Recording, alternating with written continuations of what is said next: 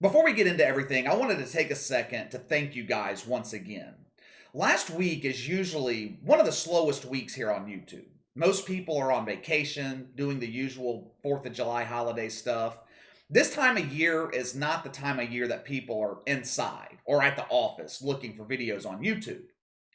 Even with that being the case, last week was the best week that we have ever had here on the channel. Over 300 new subscribers. We averaged about 10,000 video views a day, over 1 million impressions. Every analytical metric was up. Some were up triple digits. I appreciate all the support. This channel is built off of word of mouth. I don't do any advertising anymore. This is strictly a grassroots type of growth.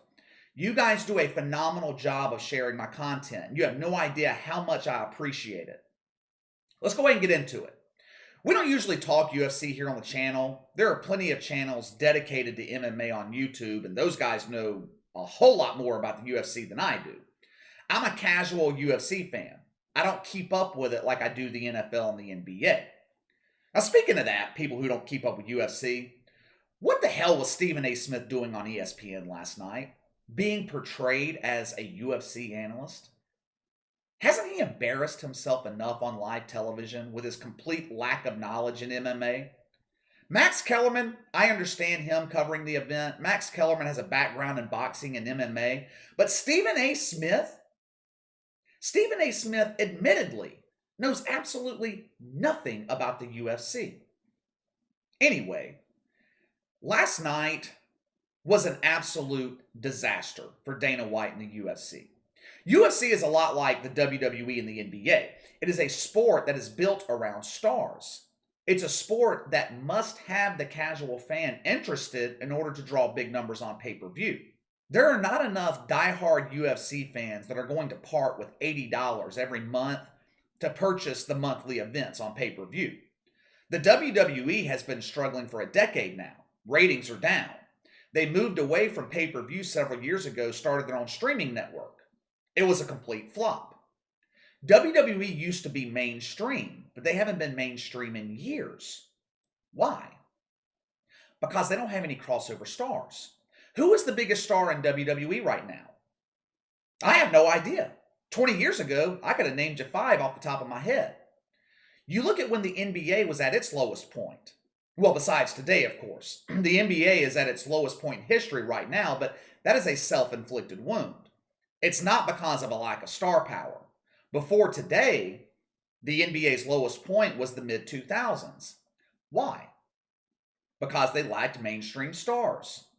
The UFC is a sport that is built on stars. Dana White needs mainstream crossover stars to do big business on pay-per-view. The casual UFC viewer, guys like me, we're not going to pay to watch Charles Olivier and Michael Chandler main event. Even big stars in the UFC world like Kamaru Usman and Jorge Masvidal, we're not going to pay to see that. They drew 700,000 pay-per-view buys 2 months ago. A decent number, but those guys aren't getting the UFC any mainstream attention. The reason I say last night was a disaster for Dana White and the UFC is because their last crossover star's drawing power died in the octagon last night. Conor McGregor's days as the biggest draw in UFC are coming to an end. After the fight last night, I said on Twitter that this is the reason I don't buy UFC pay-per-views anymore. The last couple of fights I've bought, I've always ended the night disappointed. Felt like I wasted my money and my time. Especially the last few McGregor fights. His fight last January with Donald Cerrone ended in 40 seconds. The fight last night, another disappointment. Conor McGregor is 1-3 in his last 4 fights. And not only is he 1-3, he's been dominated. Khabib absolutely murdered him. Dustin Poirier last night was beating the hell out of him. Conor McGregor is lucky he snapped his ankle. Otherwise, he was about to be embarrassed. That fight was going to end in the second round. Conor McGregor is the biggest draw in the history of UFC. But every star's run comes to an end at some point. And I believe McGregor's run ended last night. If there is a 4th fight with him and Dustin Poirier, which looks to be the case, I'm not saying that they're not going to break 1,000,000 buys. It probably will. But it's not going to hit the 1.8 million they did last night. It's not coming close to the 2.4 million he did with Khabib. Conor McGregor is a master at hyping a fight. He is the best in the business at convincing people to part with their money to watch him fight. However, when people are constantly disappointed, when the actual fight consistently fails to live up to the hype, then your drawing power is going to start to decline. Not only that, McGregor's behavior after the fight last night was inexcusable. Going after Dustin Poirier's wife, simulating pointing a gun to his head, it was all a sign to me that Conor McGregor knows that he's lost his edge. He's lost his hunger. Conor McGregor hasn't been Conor McGregor since the big payday he landed with the Mayweather fight. That fight shot him into mainstream superstardom. The hundreds of millions of dollars that followed, he made $180 million last year. Highest paid athlete in the world. That type of money, it takes away your hunger. It takes away your edge. It is extremely difficult to get to the top of any sport, but especially in the UFC. But what's even harder is staying at the top, keeping your position. You can't do that when you are constantly losing big fights. This same thing happened to Mike Tyson. Mike Tyson was the biggest draw in boxing throughout the 1990s. He was dominant. Then what happened? He lost a little bit of that hunger. He lost his edge.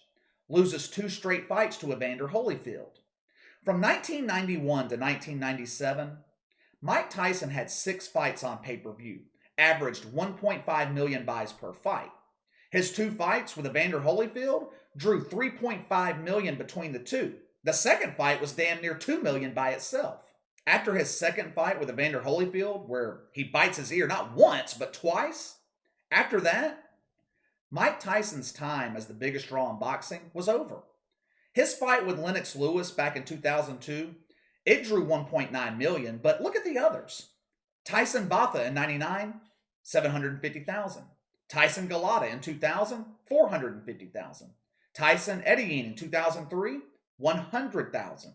Gets worse from there. I believe Conor McGregor has reached that point. The post-fight antics last night were the actions of a fighter that knows it's coming to an end. Instantly begging for a 4th fight after he was dominated in the first round. And he'll probably get the 4th fight too. But it's not going to draw like this one did. We have seen this story before. After the meteoric rise comes the eventual fall. Conor McGregor was the last mainstream star that Dana White had.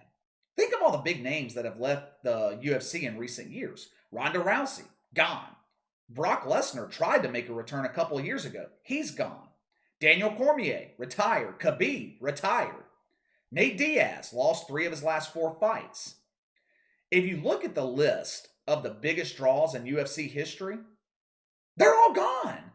All that's left is Conor McGregor and Jon Jones. And Jon Jones is a great fighter when you can depend on him to stay off the dope. And Conor McGregor is clearly on the decline. It is hard to recapture that hunger, that magic that you had when you're on the come up.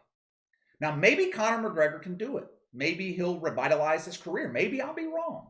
Only time will tell. But I believe Conor McGregor knows that his drawing power is on the decline. All right, what did you guys think of the fight last night? Did you buy it? And if you did, were you disappointed? Do you agree that Conor McGregor's drawing power is on the decline? Sound off in the comments below. Make sure to like and subscribe. Click the notification bell to receive all notifications from the channel. Best way to contact me is by email at btlkc84@gmail.com. KC_BTL84 on Twitter. I'll see you guys later.